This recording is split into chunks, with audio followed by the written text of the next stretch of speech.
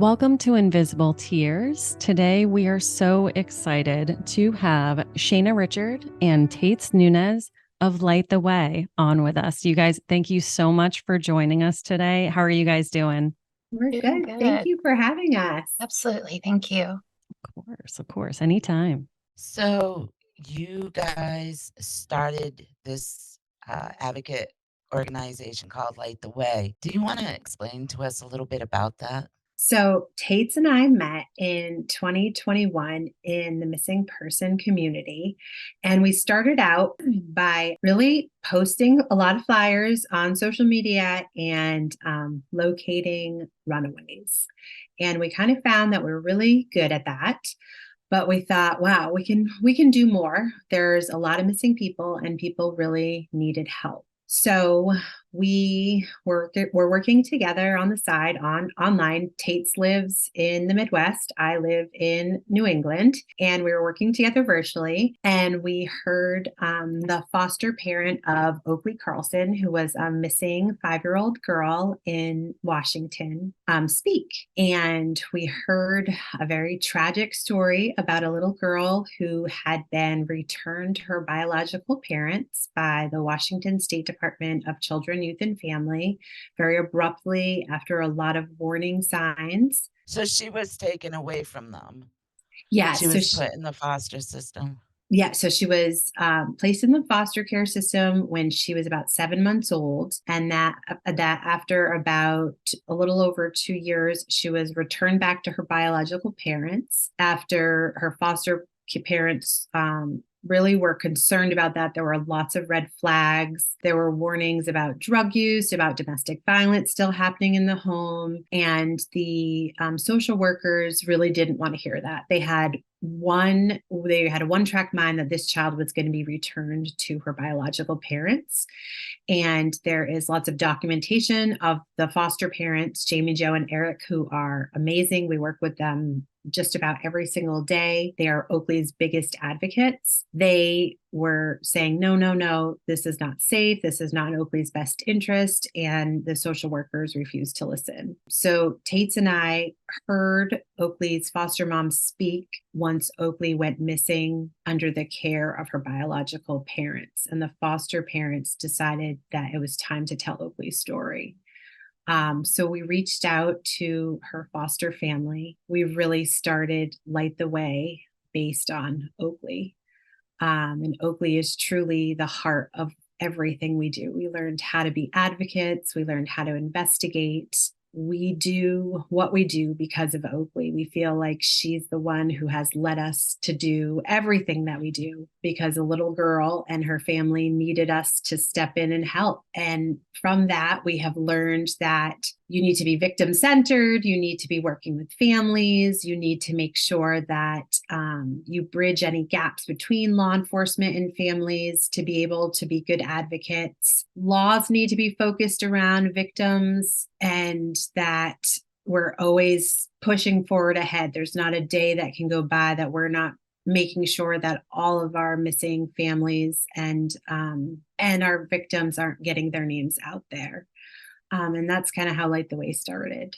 So we will be our second kind of birthday coming up. We're pretty proud of that we've been able to go 2 years. You've only been doing this for 2 years. 2 years, Yes. yeah. Oh my gosh.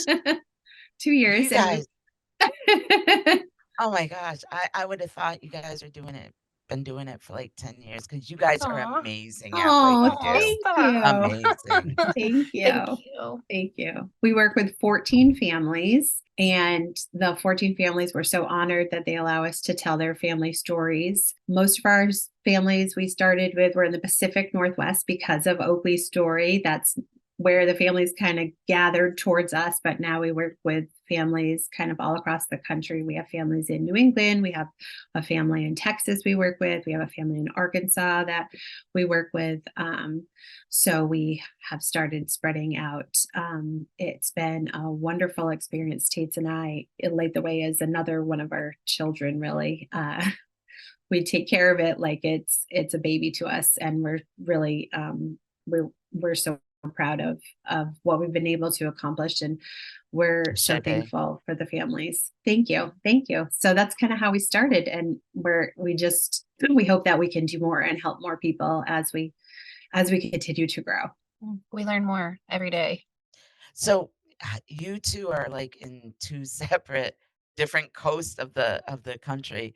How did you guys end up getting together to work with each other? Were you guys friends before, or Somewhat. We met in the missing community, and mutual love for David Lynch brought us together. That's often forgotten in the mix, but Okay, I gotta hear this story. we just are both big fans. I myself hadn't met anybody who was a big fan, just like Shayna, but that's just a little piece. But yeah, we came together online. Actually on Twitter, I would say, is where we found each other. We started off just sharing flyers of missing persons, and we kind of found each other. I don't know, your vibe attracts your tribe, I guess. And we just hit it off right away, messaging each other every day. And we kind of one day both were like, hey, let's take this a step further. Let's do more. And we still every day are trying to do more. We probably have a little bit more than we can handle sometimes, but we get it done. We love it. That is awesome. So, I did read this story about Oakley Carlson. Heartbreaking. Like, it kinda reminds me of Trish Haynes' story, where everybody knows who killed her, but nobody is doing anything about it. There's no justice for her. Nobody's in jail. Nobody's been charged or anything. Oakley's story was just so heartbreaking. Do you wanna tell us more about Oakley's story? Yeah, I guess where we can say with Oakley's story is a bit different in the injustice is that, and we feel blessed, is that the law enforcement is very actively investigating Oakley's case, and we are lucky in the fact is that we work hand in hand with law enforcement. So the lead detective on Oakley's case, Chief Paul Logan, he's incredible. We have had the opportunity to work with him pretty close since the beginning of the investigation. He's been wonderful to us. We get tips, we pass them over to him. He's always willing to listen. He's been very helpful with making sure that searches are done. He's very excited about all the advocacy that we've been able to put out.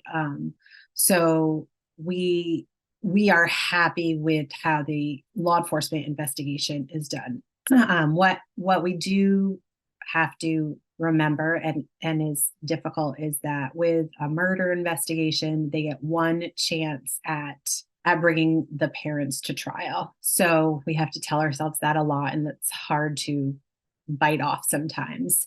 And we know when the time is right, it will happen. So I just want to put that out there first. What we are not happy with is the investigation done by the Department of Children, Youth, and Family, so the DCYF. They did not do the right thing from the get-go, from the time that they returned Oakley to her biological parents. So the story with Oakley is she was 7 months old, and she has two older siblings. One of those siblings is her mother, Jordan Bauer's child, with another father. And then she has an older sister who's disabled. It's a biological sister, and then a younger brother. She was removed from foster care along with her siblings, and she went to go live with the Hiles when she was about 9 months old. So till she was almost 3 years old with the Hiles. She thrived in foster care. She was the happiest little baby. If you've ever seen pictures of Oakley, every single picture of her, big smile. She has this cute little scrunched up nose. They talk about her like she was an easygoing baby. She was in dance. She was in swim. She went to daycare. She had friends. I mean, she was just like living her like best little toddler life. We've spent time with the Hiles. When you go into their house, it's pictures of Oakley. It's all the happy memories that she lived with them. Oakley was on a path to adoption through foster care. So the Hiles at one point thought that they would be adopting her. Oakley's parents were both still active drug users while she was in foster care. So at one point, the social workers believed Oakley would be adopted. Oakley's mother, biological mother, Jordan Bowers, got pregnant. And basically at that point, it kind of changed things. And then abruptly, they were told Oakley will no longer be available for adoption. She's going to be reunified with her biological parents, which was a huge shock to everybody, because how can just getting pregnant then be the best interest of this child to now be returned to active drug users and people with a domestic violence history? What we have been able to dig up through our research is that while Oakley was in foster care, there was continued domestic violence going on. Specifically with her father, Andrew Carlson, he attacked her biological mother. He was in court for this. He was ordered to do a program. He did not go to the program. And then all of a sudden he was told, okay, then even though he didn't go to program, a judge just said, well, that's fine. And it was erased from his record. I mean, things like this were just like erased from his record, but yet this child was still returned from people who were abusive. So things like this we started to uncover as we started to dig into this. As they found out that Oakley was going to be returned, she started having more visits. On one of the visits that Oakley went to, she went to a supervised visit, which means that there was a court-ordered mandated supervisor, so another adult there with them. But when Oakley returned, she had scratch marks on her cheeks. We don't know if like it was done by hand, if it was done by another object. When Oakley showed up at home, Jamie Jo, her foster mom, was like, "What's on my kid?" The woman who was supposed to be the supervisor was just like, "I don't know." So Jamie Jo emails the social worker, and the social worker doesn't acknowledge it. She just says, "Oh, I'm going on vacation. Like, I'll be in touch with you when I get back." Never follows up. Jamie Jo takes pictures. She records it. She takes pictures. There's no follow-up. They're still emailing them, concerned. She shouldn't be going back. Like, we're concerned about her safety. Have you looked into this? We've heard that he doesn't have a job. How are they supposed to like take care of her? The social worker's comments are like, you shouldn't have gotten so attached. Not having a job isn't reason to not have a child. I mean, these are the responses that they're getting from a social worker. I mean, completely inappropriate.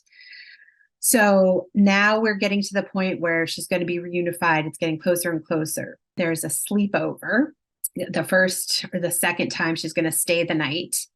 During the sleepover, Oakley, who is now almost 3 years old, witnesses a physical altercation between the bio parents, Jordan and Andrew. And Oakley was watching, Coco Melon or something on the phone. And Jordan and Andrew get into a physical fight and the phone's involved. And she comes home and she tells Jamie Jo and Eric, her foster parents. And Jamie Jo records Oakley telling it. So you can hear Oakley in her sweet little 2-year-old voice saying they were screaming at each other. And she picked up the phone and she threw it and he yelled at her and they, were in each other's faces. She contacts the social worker to tell them what has happened. And she says, Oakley loves her mom and dad.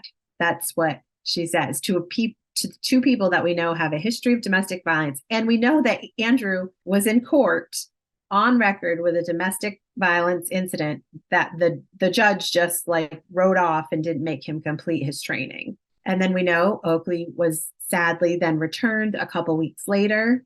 Unfortunately, that was in the end of November 2019.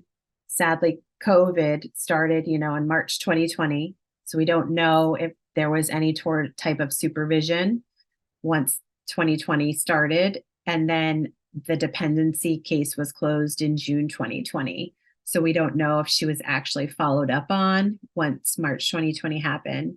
There's very limited sighting of Oakley until her grandparents saw her at Christmas of 2020, and her grandmother took a picture of her, and she looked like she had black eyes. She looked like she was very sick, kind of sullen cheeks. Her grandmother took a picture. The pictures got back to Jamie Jo, the foster mom. And Jamie Jo was like, oh my God, that doesn't look like my kid. I can't believe she looks so bad. Jamie Jo begged the grandmother to call DCYF. You need, like, there's something wrong. You need to call. The grandmother refused. The grandmother wouldn't call. She was like, I can't make waves. They'll be mad at me. So Jamie Jo calls DCYF a couple of weeks later. She said, look, I need to call. I'm a mandated reporter. I'm a teacher. I have to call. The DCYF gave her a hard time again. Somebody told her you could get in trouble for making false claims. She said, I don't care. I'm a mandated reporter. This kid doesn't look good. We know that the next day, DCYF went out. They went and checked on her. We know that they opened a case from our research. We know that Andrew and Jordan refused services. Like, how can you refuse services? Like, that's not okay either. And then we know about a month later, on February 10th, 2021, that was the last sighting of Oakley. She was seen by someone associated with the family. We know that that wasn't DCYF because it was someone associated with the family. And then we know in March of 2021 that DCYF closed the case without ever seeing her. And then Oakley has never been seen again because February 10th was the last time. So they closed the case without ever seeing her. And then it continues because then in November of 2021, so 9 months later, they had a fire at their house. Their house is kind of like 2 floors and the top floor burned. The father called and said his 4-year-old, which would have been Oakley at the time, lit like one of those like torch lighters. If you've ever seen those torch lighters, like they're not easy to light. His 4-year-old lit the couch on fire with one of those. And the house, the top floor burned. But him and his girlfriend, which would have been Jordan, put the fire out. So they don't need to come and put the fire out. They've already put the fire out, but he needed to call and like report it. The house was like burned. Like, we have pictures on our website of it. It's terrible. They put up a GoFundMe. In one of the pictures, you can see a crack pipe on the floor, like a literal crack pipe. And then about a month later, everybody was kind of trying to help them at the school. The principal, who's amazing, her name is Jessica Swift. She had shown up at the house a couple times trying to bring them some donations from the school because the older sister went to school. Oakley did not. And actually in Washington, you have to be, I believe it's 7 or 8 years old before you have to go to school. So Oakley wasn't old enough to go to school yet. And the principal was like, Oakley's never here when I show up to bring stuff. Like, this is so weird. And she would ask about her. And Jordan, the bio mom, would say, oh, she's naughty. She's in her room every time the principal came over. So she thought that was so weird. Her like feelers were up. So Jessica has a daughter who is the same age as the older disabled sister. She planned a sleepover with the sister. They had a sleepover, and while they had a sleepover, the sister revealed that Oakley was no more. She started saying that she wasn't allowed to talk about Oakley. The principal thought, okay, this is not good. She ended up calling for a welfare check. Police went out to a hotel where the parents were staying the next day. They talked to Andrew and Jordan. Andrew and Jordan, the first thing they did, Jordan opened the door and they said, we're looking for the parents of Oakley Carlson, the mother of Oakley Carlson. And she pretended she wasn't the mother at first. I mean, total bizarre. Then Andrew came over and they tried to ask him. And he was like, she's with my parents. But then he pretended like he didn't know where his parents lived. I mean, his parents had lived in the same house for like 30 years, which was down the street from the house that had just burned. The top floor had burned that they were living out. It was so bizarre. They ended up being arrested originally for manslaughter charges, first-degree manslaughter of Oakley, but that was kind of just to hold them. They then, while they were being held for that, they found out that they were not giving medicine to their disabled daughter who needed life-saving medication, and they hadn't been giving her medication for over a year. And that's what they got charged with. And then they added additional charges to that for endangerment because the the older daughter, and then the younger son had such high levels of methamphetamine in their systems that they were basically ingesting methamphetamines, which is what they ended up taking a plea deal for, and were in prison and jail for a while. The father they never were charged with Oakley because they never had enough to keep them for the manslaughter or any additional Oakley charges. They both took the plea deal on the child endangerment. The father was eventually released. He only served about 8 months of his sentence, which was just disgusting. That's disgusting. Disgusting. That's disgusting. He's free and clear, living in Wenatchee, Washington. We put that out there every chance we get. Free and clear, living life. Still has not done anything to advocate for his missing child. So what does that tell you? Yeah.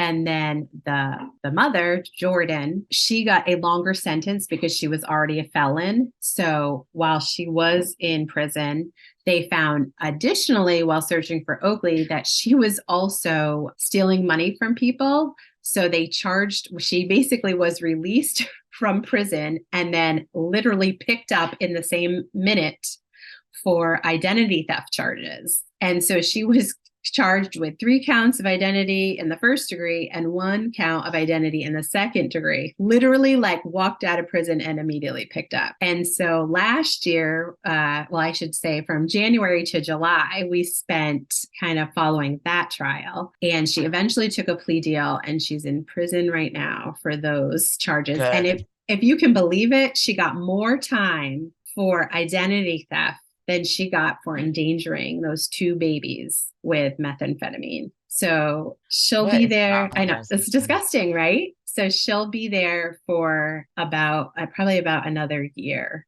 And so we are praying that we will either have a break in a case or we will find, Oakley so that we can have something more to charge them with before she's released. I would think somebody else out there knows something. Somebody knows something. Yeah. I don't understand why people wouldn't come forward for this little girl. It's heartbreaking. I saw so many pictures of her online, and she just beautiful. She was so beautiful. She was so you can see so much life in her. She was a jovial little girl. She was. Yeah. So we have raised almost $100,000 as a private reward for anybody who's willing to come forward with the whereabouts of Oakley. So now, there's no questions. Any searches around the area? Have they dug up the yard? Have they done any of that? There's been several searches by law enforcement and one a private search as well that was a volunteer search. And the FBI and the Washington State Patrol has all been involved. They did 3 searches this summer. There is some activity when it comes to searches. The problem with that area, it is so vast and it is like trees and forests. It's a large area, but they did have some great technology that they searched with this summer that they didn't have even 2 years ago when Oakley originally went missing. So hopefully it just they continue to search. And do they believe that they're searching for her remains and not her? Law enforcement, they're not willing to say like 100%. Their eyes are open to every possible idea. They are willing to look at every tip there is, but at this point, most likely they believe that she is deceased. Man, it's so sad.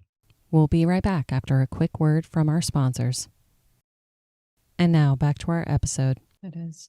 At least specifically in this case, though, like you were saying, at least you have a great relationship, and it sounds like the police. And it's good to hear that the FBI is actually involved as well. At least that's a piece that is going for, Oakley in this specific situation, since, DCYF failed her so miserably. Is there one specific investigator that has been really engaged in her case since the beginning? Yeah, so the lead detective, Chief Paul Logan, he's incredible. He really is committed to finding justice for Oakley. He's a great resource. We can basically call on him anytime, night or day, and ask questions. And we work with him, weekly on what comes in. What's been great for us is that because we've been so involved and from the beginning, a lot of times people will come to us with information. Grays Harbor, where it's happened, is kind of an interesting community. It's very small and everybody seems to know everybody and everybody's willing to help, but I don't think everybody wants to necessarily go to law enforcement all the time. But people are willing to kind of chit chat and talk. So a lot of people are willing to chit chat about this case, but they don't necessarily want to go to law enforcement first. Many of our tips that have come in will come to us first. And then we're able to talk to people into like going to law enforcement, whether that they go to law enforcement or we say, all right, we're going to go to law enforcement for you. And kind of like we soften the blow. And law enforcement has been okay with that. And it's been a good relationship for information to come in like that. They've actually been okay with that. And I think it's anything to solve Oakley. When we kind of started working like this, he said, I don't care how we solve this as long as we solve this. So it's been a good relationship.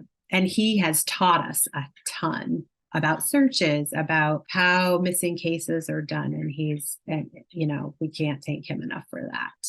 I'd like to add too that Chief Logan, I'm thankful that he's on Oakley's case because as far as law enforcement goes, there's no one out there that wants to find her as much as he does. I mean, he will not stop until Oakley's found. And I truly believe that.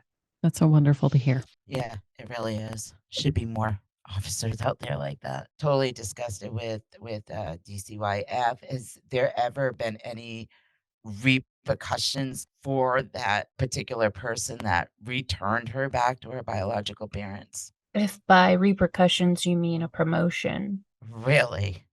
Yeah. DCYF has been a whole beast of its own. Yes, the social worker, we found out she had a promotion shortly after Oakley's disappearance.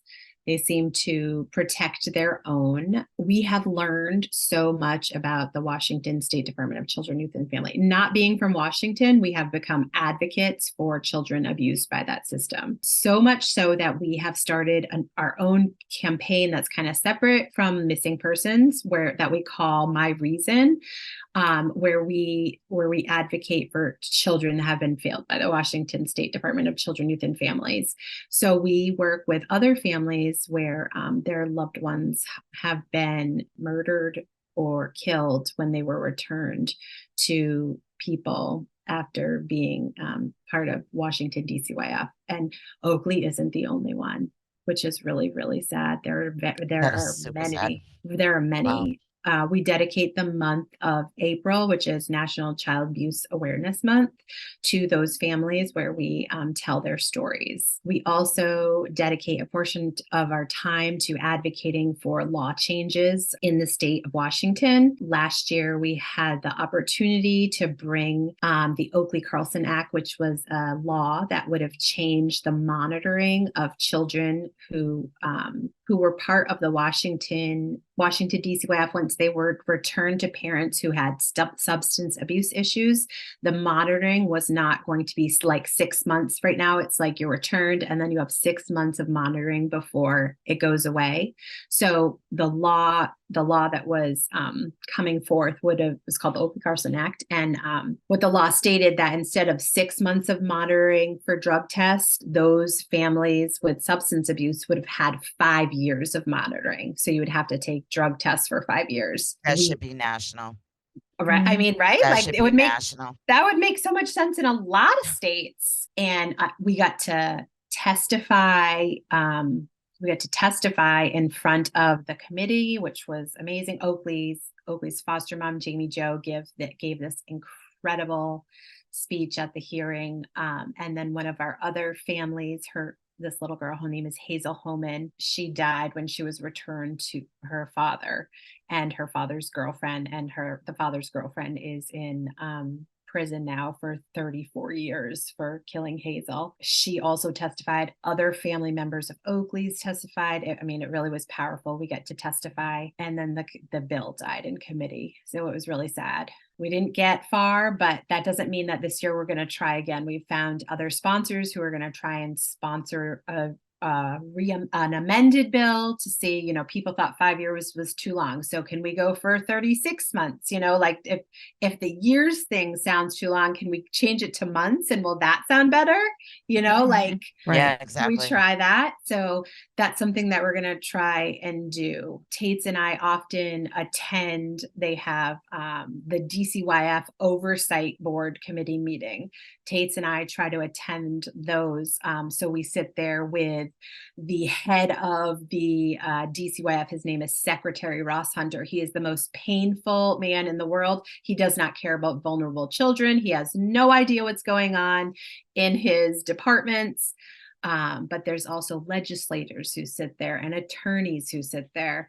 And we just constantly sit there and bring up Oakley's name till we're blue in the face. So these people understand that we're not just talking about numbers. We're talking about a little girl who was failed by your system, and you need to do something because this is happening to other kids too. And even since this has happened to Oakley, we can count 5 other children who have died in foster care since then. And I mean, if once it happens to one, if you don't change something, then it's not okay. Like, you've got to fix something.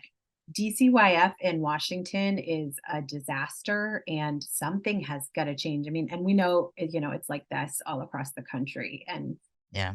it's just sad. Yeah, New Hampshire is no better. We had a little girl that went missing, that was missing for what, 3 years? Harmony? Harmony? Is that who you're talking Harmony. about? Yep, Harmony. Then they finally stepped in, but DCYF did nothing to, you know, check up on her case or anything, and they were in the system too, weren't they? The parents. Yeah. So, and that's New Hampshire. There's been a lot of stories about DCYF in New Hampshire that are not good. I think we need to, as a society, we need to start talking more about the failures of DCYF in every state. I mean, these are children. They have no choice. They're not given a choice whether they live with their abusive parents or they don't live with their abusive parents. They're not giving any choices whatsoever. It's the court system and DCYF making these decisions for these children. And if you're going to make a decision like this for these children, make a responsible, you know, decision. It's like it's up to you to make sure that these children stay safe because they have no voice. I mean, it's all these other organizations making these decisions for them to go back to their parents and not being monitored afterwards. It's just it's mind blowing to me. It's sad. It's very sad. And there's so many. I mean, there's like I know New Hampshire and Vermont. They're in a great, huge need for foster care. People to step up to be foster parents. And it's kinda scary to me when I see these signs on the side of the road, "In need of foster parents," you Wow. know, "Call this 1-800 number." It's like, are they really vetting these people enough, you know, for them to go into foster care? And I'm not saying, you know, anything about Oakley's foster parents. Obviously, they were wonderful people, but DCYF is also responsible for the foster care of these kids. And are they doing enough to vetting and investigating these foster parents if they're not even investigating the parents alone? It's the whole system is broke. The whole Yes. system is broke. And then you question, why can't they retain the foster parents that they had before? Why do they need so many Yeah. now? Because Oakley's foster family, the Hiles, will tell you they would never be foster parents again because they were treated so terrible. And Jamie Joe and Eric would be amazing foster parents again, but they would never do it again because their hearts are too broken. I totally see that. I totally get that. And it's too bad. It is too bad. With you guys, have you seen foster families act more like the Hiles, or are they kind of the outliers with how foster families treat the foster kids that are taken into their care? So the people that reach out to us are always the families who are like the Hiles.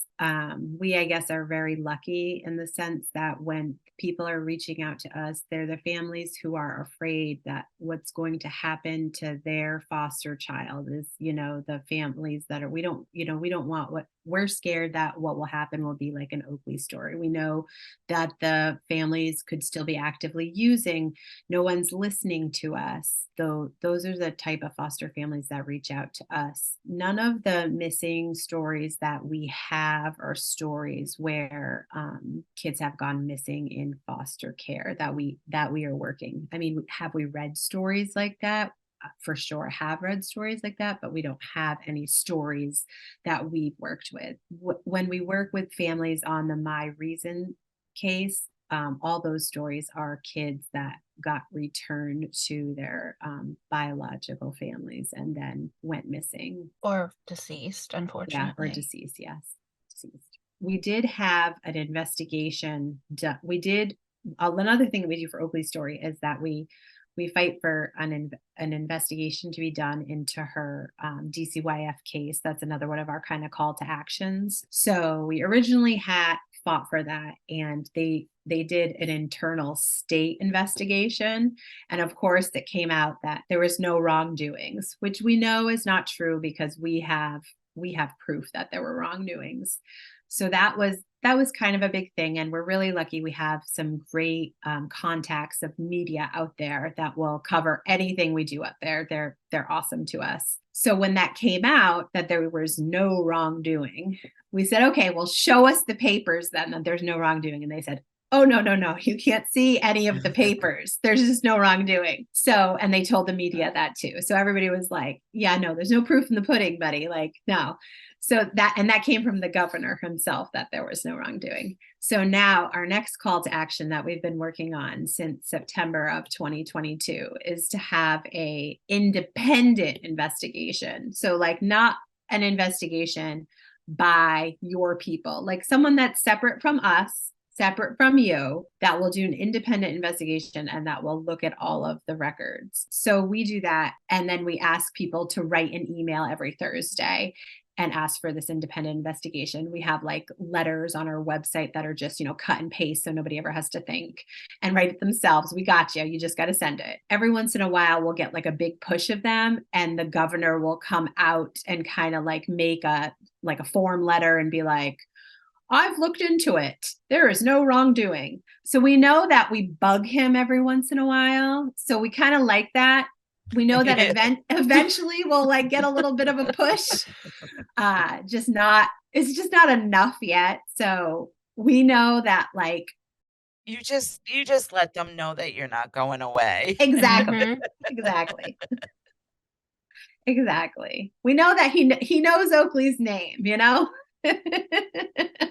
We also put an ad in so Olympia is the state capital out there. We also put a big full page ad in the paper on the 1-year anniversary last year since she had been missing, or the 2-year anniversary since she had been missing, had been last seen. And one of the sad things about the abuse that Oakley endured is that and it's in court documents, is that her bio parents starved her. They locked her in a cell, and DCYF had all this information and did nothing. So we put a full page ad with Oakley's face and said, like, Governor Inslee, can you hear me now? I was starved. I was beaten. I was locked in a cell. And we put it in a full page ad right at him. I love that. Love that. Make him see it.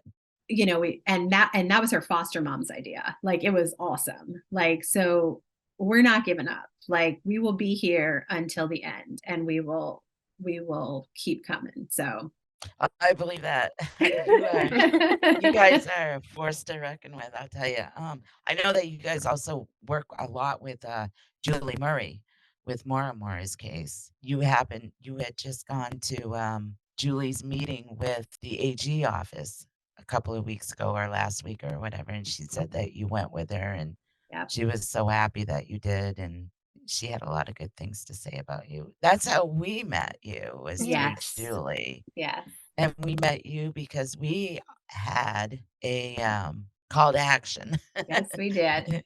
w- we had a rally up at the AG's office in New Hampshire Yes. because we were not very happy with them. And you guys helped us so much. I am so grateful to you guys because you guys did. You guys helped so much. And I'm glad Julie uh, included you guys with that rally with us because we didn't know what we were doing. And we were putting it together in like 2 months. Mhm. It was crazy, but it was an amazing rally because of you guys. And I'm so thankful for that. We're so thankful to be a part of something like that. Absolutely. We're still hoping to make change for you guys. We're looking forward to some future stuff. We were just talking about doing another Zoom together and listening to everybody's updates because I actually got an update.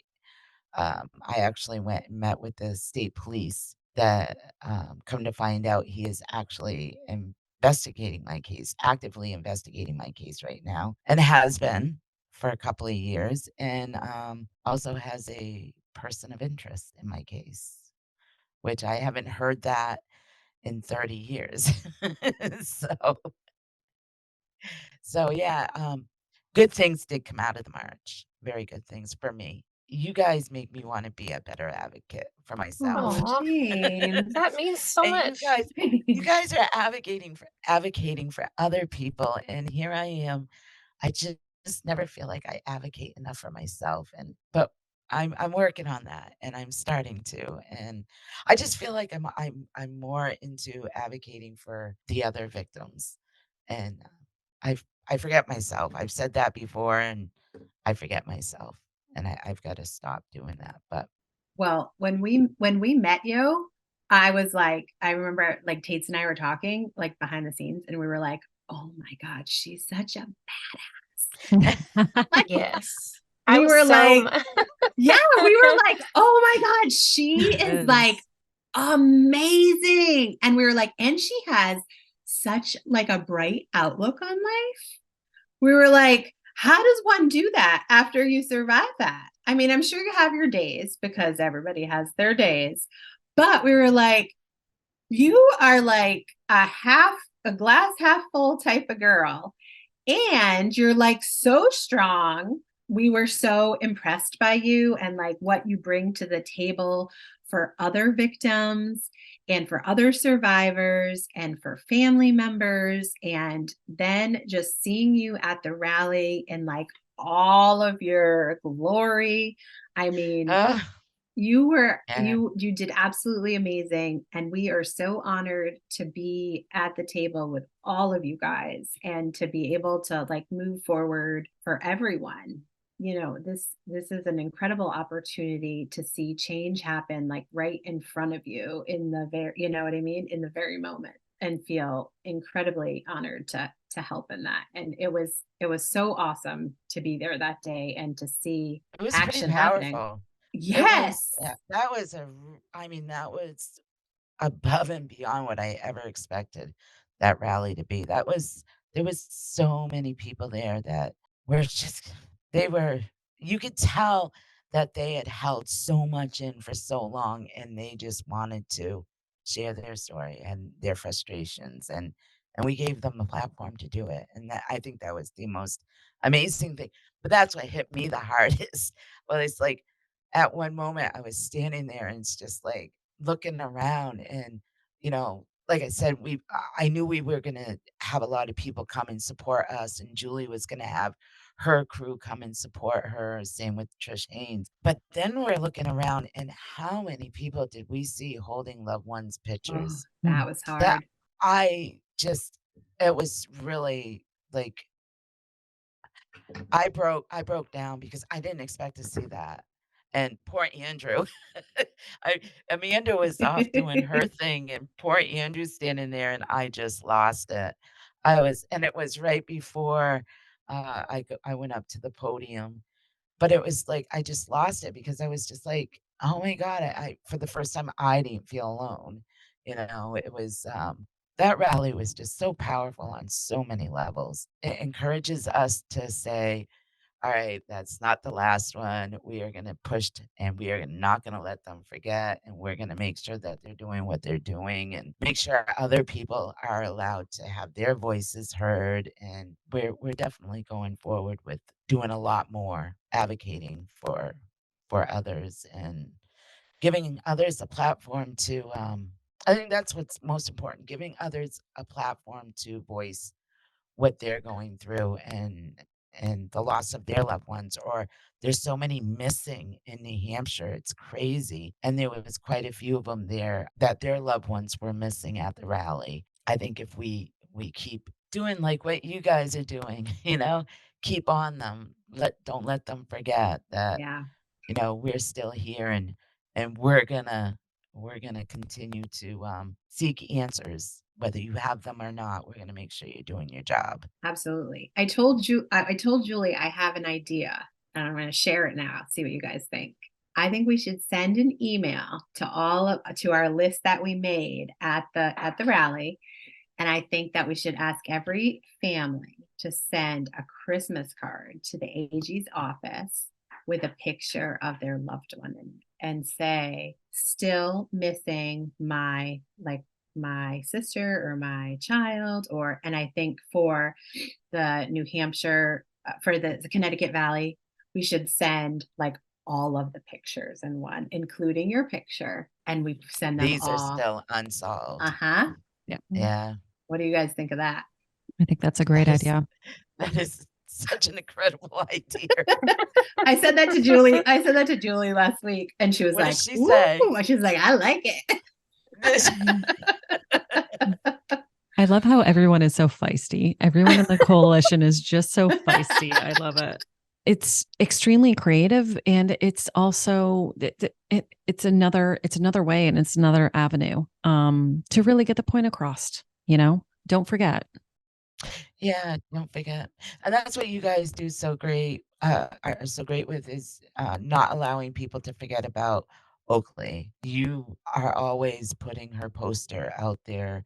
Like I know I have you on Facebook and you guys are always like what do you post her picture like once a week or twice a week on your So Facebook? yeah, so we do a couple of things. So we have something called Missing Poster Monday, where we have, I think we're up to 18 or 20 people that we post their missing flyers for. And so we started that in the summer of 2022. And we really encourage anybody who wants to participate to just post missing flyers and hashtag it Missing Poster Monday. That way it just makes it easy for other people to search for, and then they can like reshare it, or on Twitter, you can repost it. We were actually really lucky last year.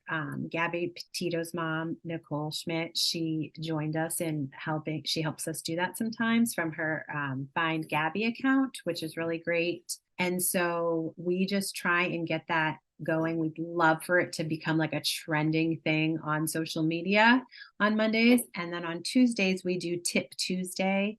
So that's where we post like on our unclaimed does, like the Finley Creek Jane Doe or the Jane Seneca Doe. We also this year took our first unresolved cold case. It's Teresa Corley. She's 45 years. She was found deceased in Bellingham, Massachusetts. She's our first unresolved murder case that we've taken on.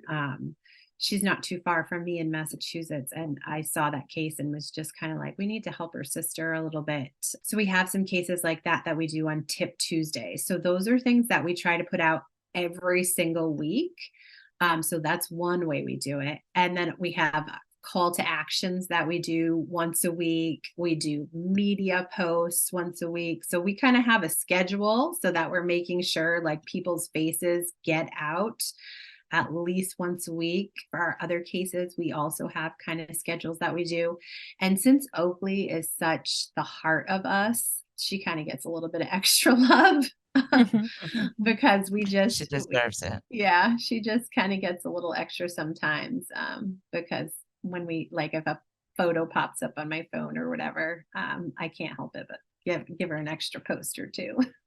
That is so awesome because you can't let them forget. You can't let anybody forget. Yeah. And if you stop talking about Oakley, people will start forgetting about her, especially as the years go on. I noticed that a lot with the Connecticut River Valley cases. For years, nobody talked about the Connecticut River Valley cases. And then I started talking about it, and then we started the podcast, and people are like, "Oh gosh, I thought that was solved." Or Wow. they're like, "Oh, we forgot about that case," or "I never heard about that case." So we're finding that we need to talk about those cases more and more and more so that people don't forget. But yeah, the biggest one is, "Oh, I thought that was solved." That is so frustrating to hear Absolutely. because none of these cases are solved. They're Right. still nobody has been arrested or charged or these families have never seen justice. So, yeah, that's a hard one for me to swallow when I hear that. But we talk about it more now, and we make sure that they know that these cases are not solved anymore.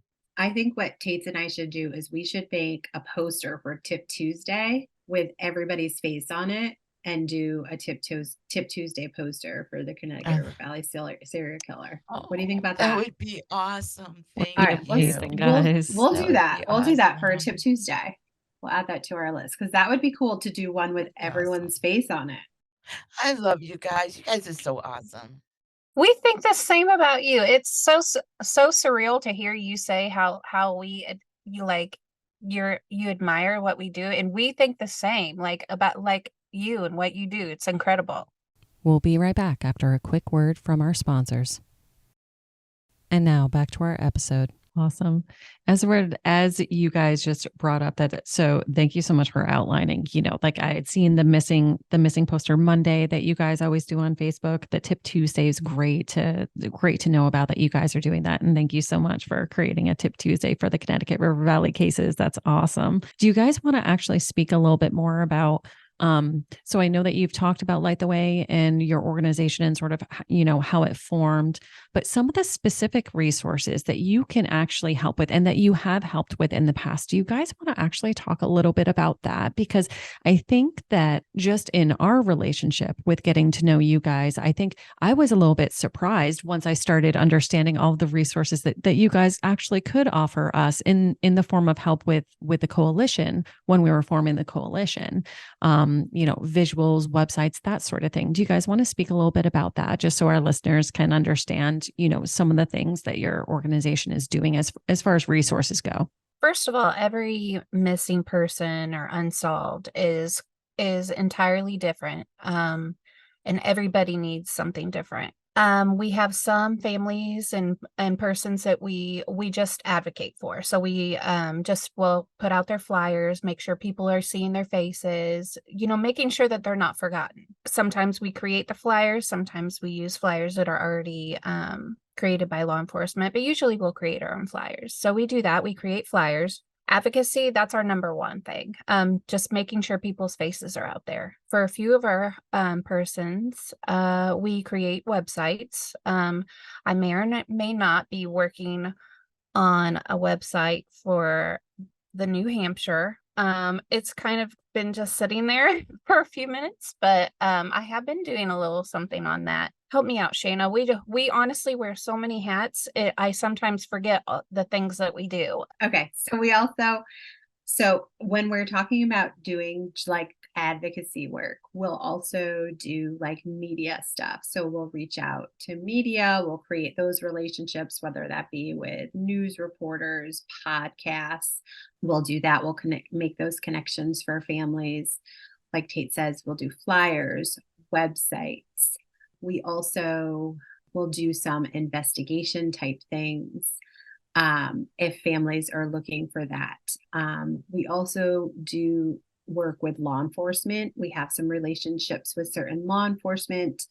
With the city of Olympia, we work with their lead detective on their runaway cases. So he will connect with us and say, I have a runaway case. I need some help with the social media. He's not as versed as looking at their social media. So he might connect with us and say, I need you to dig in on the social media. Here's the family contact. They're going to give you some information. Can you dig in and look through their social media? We also work with law enforcement in Oregon and in Washington and in Texas. We work with a couple of different agencies. We've been priding ourselves on the fact that we're trying to create better relationships with families and law enforcement to kind of bridge that gap where it kind of seems to fall apart. So we've been really working on that in the last year to kind of make relationships better. We have found that it is much easier to do on the West Coast than the East Coast. So I'm not really sure if there's a mentality of like the West Coast is just more open to that more like team collaboration. Let's think of this as like a think tank. Let's all come to the table. But we have been very welcomed at the table on the West Coast. People are just kind of like, yeah, come on, bring us your ideas. Let's work together. And obviously, from your own experience, you know how it is on the East Coast. But I'm still going to show up on the East Coast and I'm still going to advocate for my families that I'm working with, whether or not they like that. That's still our job. We also have been, especially with advocacy, we have been working on laws, legislation. So we have a couple people in the Washington legislature that we sit down and have meetings with. That's kind of a new advocacy adventure for us that we've been learning a bit about. We have been planning rallies. We've learned a lot about that. We've planned different types of rallies. So we've helped with rallies that are at jails, like in Oakley's. We've helped the families with those. But we've also planned one centered around just child abuse. And then we helped with the one that was very victim-centered and survivor-centered, like the one in New Hampshire. We also have, I just had one in my head that went away. Oh, and we helped with fundraising. We helped to raise almost $100,000 for Oakley's reward fund, which has been absolutely amazing. We honestly have learned how to do that. I mean, all of us have probably, Tates and I both have done fundraisers for different things. My husband has run a bunch of marathons. I have helped to do those types of fundraisers, but raising $100,000 has been great, especially when you don't live there and you're kind of raising it virtually is kind of wild because we have some awesome volunteers who do the work out there and then we kind of help organize it. We did hold an auction, a one-night auction out there. I flew out there to help and we raised $50,000 in one night. It was amazing. Holy crap. It was unreal. That is amazing. And Jamie Wow. Jo, Oakley's foster mom, she really campaigned and really led the event. I was there as a support person. Tates was leading like the social media and we did a lot of stuff beforehand. Jamie Jo was like the leader of that. She was amazing. And that community, they show up for Oakley and it's a tiny community. Yes. That community, they show up. They want answers. They want those parents in jail and they want answers. So that was really amazing. And then we helped that community search that was for Oakley, the community search. We helped to plan that too. You guys do everything. We really do. Yes, do everything. You really do. We have really learned, that's why when we say Oakley's like the heart of Light the Way, we have learned how to do everything with her case. So we have a lot of people to thank for that. We have the Hiles, like the foster parents. They have let us in. They have let us love on them. They have let us love on Oakley, but they have also let us learn to be advocates. And we're so grateful for that. We love them so much. They're such great friends. We have law enforcement to thank because they've let us do that. We do billboards. I forgot about billboards too. There's a lot. Yeah. Should we keep going? Yeah. Yeah. No. What else do we do? We help plan vigils. We Yeah. attend meetings Yeah. when possible with family members because they need that support, Yeah. whenever they're attending, with Julie and Oakley's foster mom. So we've learned a lot. Everything we've learned, we've been able to then use with someone else and pass on the knowledge and become better at it. So I think it's just been such a wonderful experience. And we hope that we've just been able to help as many people as possible, because that's all Tates and I want to do, is be helpers. That's like, Yeah. we're like the Mr. Rogers, look for the helpers. Tates and I, we're always like, we just want to be the helpers. That's all we want to do. It's kind of selfish, really. Yeah. We do it for our own. To be helpers. I don't We- believe that whatsoever. I don't see that being selfish whatsoever. Not at all. Everything you Not at guys all. do, oh my gosh. I mean, it's like you, and it's all volunteer. You Yeah. know, you guys don't get paid for this. No. No. It's all volunteer, and you guys put a lot of work and a lot of effort into everything that you guys do, and just amazing. You guys are amazing people. Oh, Thank Amazing you. people. Drew, you got anything else? Is there any case that's really at the forefront for the two of you right now that we would love to, tackle in our next discussion? Gosh, we want to talk about all of them.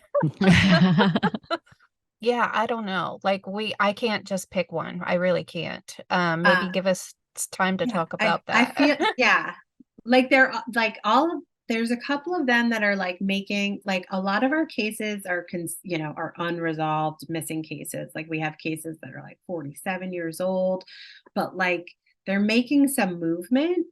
That's like our goal. We never want our cases to be like stagnant. So like we're always trying to think of like, what could we do to push something? Even our 47-year-old case, we have some ideas that we're trying to, push and move. And then we do have a case that's like 24 years old that recently had some movement. So yeah, let us think about which case would make most sense to. And we have a new one too that we haven't really started talking publicly about yet, but we'll save that one for later because we still have some family. We need to talk to the family a little bit first, but yeah, there's a few that are coming to mind. I'm looking at their faces over here. I have their faces on this side of my computer, and I'm like, definitely a few of them that could use some love and extra attention. But that's what we're here for. Yep. And, we would love to have you guys on more. We look forward to that. And this way, we're loaning you our platform to get their stories out. Thanks, And guys. Thank you so much. we definitely want to have you guys on more so you can tell these stories. Be the voice for the voiceless. Make sure people don't forget them. Awesome. Thank you. Thank you so much for this. Well, thank you guys So so much. we'll give you guys time to think about who you want to talk about on the next time that you guys are on. Okay. Yeah. Perfect. Yeah. Cause we have a couple. They're like, I want to pick somebody who's like making some movement. That would make sense. Yep. Yeah. Yeah. Anything else, guys? I don't think so. What do you guys think about that idea though, for the pictures? I think it's a great idea. Oh my God, I love that. Because you can put the note of like, hey, AG, we're thinking of you this holiday season. Are you even thinking about us? Right.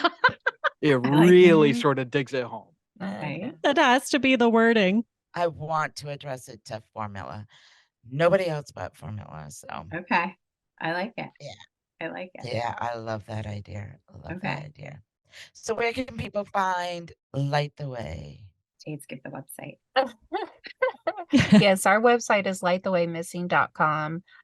It has links to all of our other social media. Please don't ask me all of our links because I'm sure you're on all the social medias and the website's perfect. We'll make sure and put our, obviously in the episode description, we'll make sure and put the actual website in there too. So thank you so much. The website and all your links, and we'll definitely do that. You guys are the best. You're the Thank best. You guys. You guys are awesome. Oh my gosh. You make the world a better place for sure. Oh, that's so kind. I'm going to cry when I get off here. So we don't want to make you cry. We want to end on a high note. No, good tears. You guys are so sweet. Thank you so much for this opportunity to share. Thank you. Thank you. Thank you guys. We appreciate it. And we'll definitely schedule something because I love the idea of you guys coming on and telling the story of, we told the story of Oakley. So then it's coming on next time. And who's the next one that's really tugging at your heartstrings? Because it was great. I've actually didn't know anything about the Oakley case. So it was really great to hear that overview from you. And it'd be awesome to hear that about everybody else you guys are covering. Yeah. Thank you. Yeah. Oakley's story is so sad. Yeah. Yeah. I Her- didn't realize you guys had Heartbreaking. 20 cases. Did you guys say 20? So we have 20 four. people? We have 14. 14. Okay. Sorry. Yeah, we have 14, but soon to be 15. Wow. We have a That's family, new family. Her name is Barb Cotton. She was a teenager that went missing from North Dakota. We have a meeting with her family next week. Wow. But do you guys know I don't know if you saw, but there's a woman who went missing when she was 2 years old. Her name was Melissa Highsmith. It was solved by DNA. She was a NCMEC baby from Texas last year, and they solved her case through DNA. She was taken as a toddler when she was 2 years old last year. So the woman who solved the case through like DNA, she's a genealogist. The woman who solved the case and found this woman, her cousin by marriage is this Barb Cotton, and she helped to solve this case. So we're going to be working with this woman who's the cousin of the, Oh, wow. Isn't that crazy? That is. Yeah, it is. We were like, what? Yeah. And we Wow. have 14 families that we work with directly, but we do advocate for several others as well. Yeah, you have been putting the Sinclair's posters up quite a bit. We so Yes. appreciate that. Oh, They yeah. need so much attention. I mean, They do. it's I know. that That's they're so- old case, but we want to make sure that they don't get forgotten too. Absolutely. Yeah. Yeah. So yeah, when you guys put those up, I always smile when I see that on my Facebook. It's like, thank you. That's Appreciate sad. Your that. story's sad. Yeah. Another solvable one that should be I solved. know. No kidding. Yep. We actually took their pictures, and we bought this new software that it's like AI software, like fixes old restored pictures, because we were trying to fix some of the Connecticut River Valley pictures to see if we could fix some of those old pictures. And we put Tina's pictures through. She was a bombshell.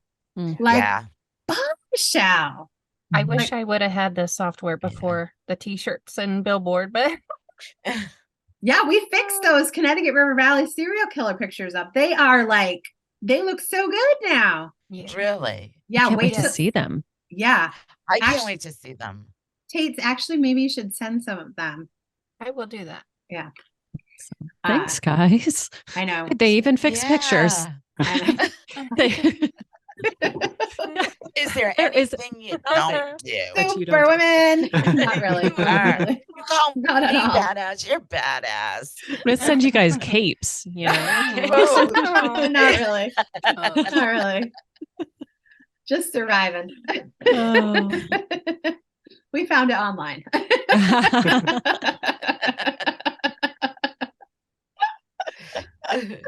Yeah, I would love to see them. That'd be awesome. Yeah, no, but we were impressed because they really cleaned up like old pictures, because we have one of our cases that it was like the 24th anniversary and wanted to clean up some of her pictures. And we were like, oh my God, this like fixed the pictures. So we tried it on the old pictures of your old pictures for the Connecticut River serial killer. And we were like, oh my goodness. It was amazing. Wow. Amazing. Yeah, it was awesome. Well, thank you. Thank you all. Yes, thank you. Thank you you. very much. And we'll get your info out and we'll keep in touch so we can do this again. And Absolutely. you can bring us a new story and hopefully get the word out and maybe be able to solve some of these cases and Oh, wouldn't that be find some of these people. That would be great. Thank you all so much for listening to this episode of Invisible Tears. Make sure you subscribe to our podcast to hear all future episodes. Click into our link tree too in the episode description to find and follow us on all our social medias.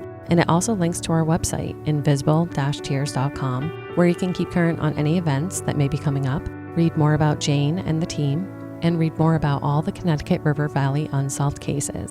If you want to learn more about my wellness practice, Guided Path Wellness, head to guidedpathwellness.org.